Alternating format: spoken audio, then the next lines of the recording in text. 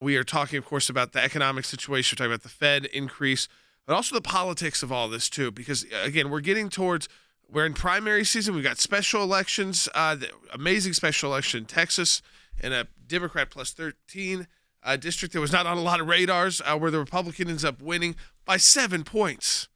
And again, I think she shows, and ran as a very conservative Republican, 84% Hispanic district in Texas.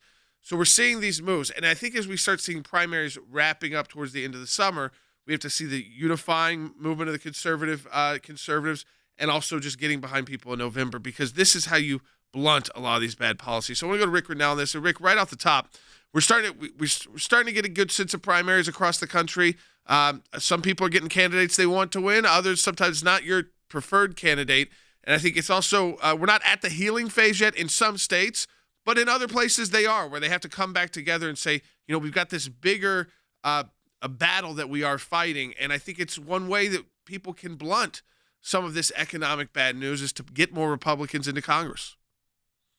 Yeah, I actually think that the gas prices are probably the number one issue in most campaigns, and it's probably an issue where you could just win on just talking about gas prices alone. We've seen them triple, and people don't understand. And I think that's why so many Republicans that are running who haven't been on the radar suddenly are winning. I also think it's got a little bit to do with the phenomenon that's happening in the Republican Party, where first and second generation Americans have decided that the conservative side is their side. They're seeing wokeism, fascism, a march towards totalitarianism, and many of the first and second generation Americans left countries where fascism was on the rise. They see a media that keeps trumpeting the ruling party's messages, and that's filled with unbiased advocacy, and so they're rejecting that. We'll see what happens. We've got Missouri and Arizona coming up, two big states, August 2nd. That seems to be the next big focus, and we'll see what happens in those races. But clearly there's a huge shift in the electorate. Well, I think the fact that you had a district in Texas that Republicans hadn't had in over 100 years, and it was a plus 13 Democratic district, and the candidate, the Republican, wins by plus 7, which is a 20-point swing. I think, Rick, what you're saying there is new generations of leaders are emerging, second generation from immigrant families, like I am, a second generation from an immigrant family, and all of a sudden the conservative view tends to be the better one politically for the American people.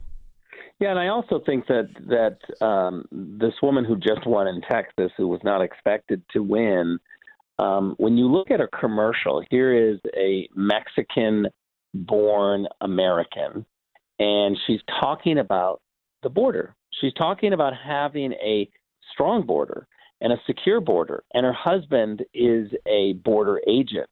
Now, that's not the left narrative. The left wants you to think that if you're for the border being secure, that somehow you're anti-immigrant. And I think it's just completely the opposite. If you've waited in a long line, you don't want anyone cutting the line.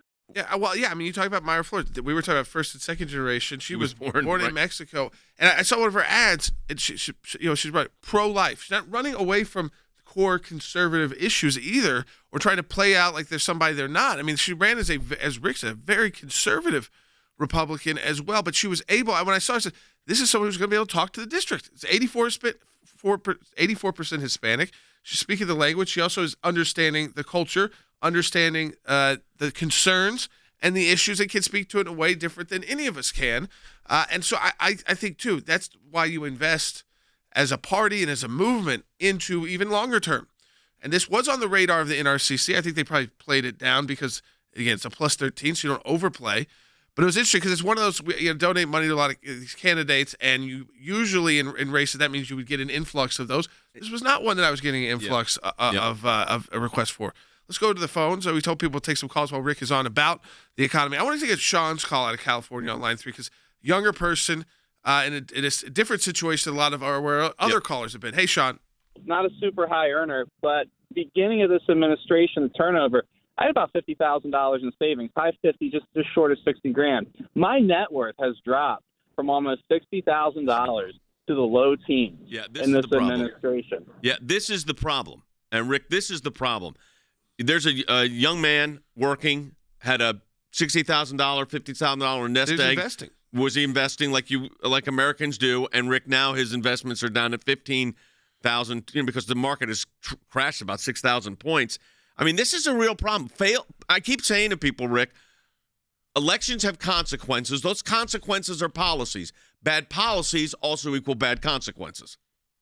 Yeah, there's no question. And I have to say that, the Democrats for most of my life have tried to, and maybe could argue successfully owned the middle class and young people, where they were able to say, we're for the working class. I think the whole thing is flipped. I think Donald Trump brought in an emphasis on the working class, on middle America, people who are union members, who are struggling paycheck to paycheck, and they saw their lives be so much better under Donald Trump. Taxes were cut, gas was low, their 401k was just exploding, and they looked at the world and they heard Donald Trump say, other people around the world, allies, need to start paying their fair share. Don't rely on American taxpayers to pay everything. That really allowed the stock market to say, okay, maybe we're going to start spending on our own infrastructure. We're going to start spending on our own situation, our own people. And that in turn bred a huge stock market increase, faith in the American system.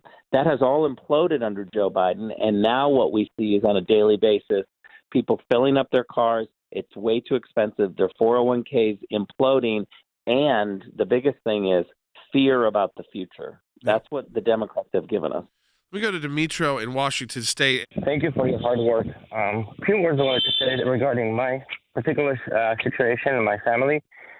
Within 4 months, I was sitting and realizing that my paycheck versus my spendings went up for average about $800 a month, $800 to $1,000. My wife's not working. She's a homeschool mom. Yep. I am a medium to low earner. Good thing is I don't have any car payments or anything except mortgage, and I bought mortgage a long time ago, which makes it affordable. But honestly, I'm looking at the line of where I'm struggling. And we have right now a lot of families, refugee families, where we're helping them from Ukraine in our church and different other churches around us as well. And it's pretty hard, and it's harsh for them to find out how much it costs to live in this area. And this is not California or New York. Yeah. So, Demetrio, I wanted to ask you this. You said, so my understanding is you immigrated from Ukraine, correct? A long time ago, about 15 years ago. Okay. Yes, and you help a lot of folks that have immigrated from Ukraine. And one of the things you told our call screener was that all this blaming Putin talk is you got your concern. And I want to go to Rick on that because, Rick, that is the message that the White House is tripling down on. Blame Putin for everything.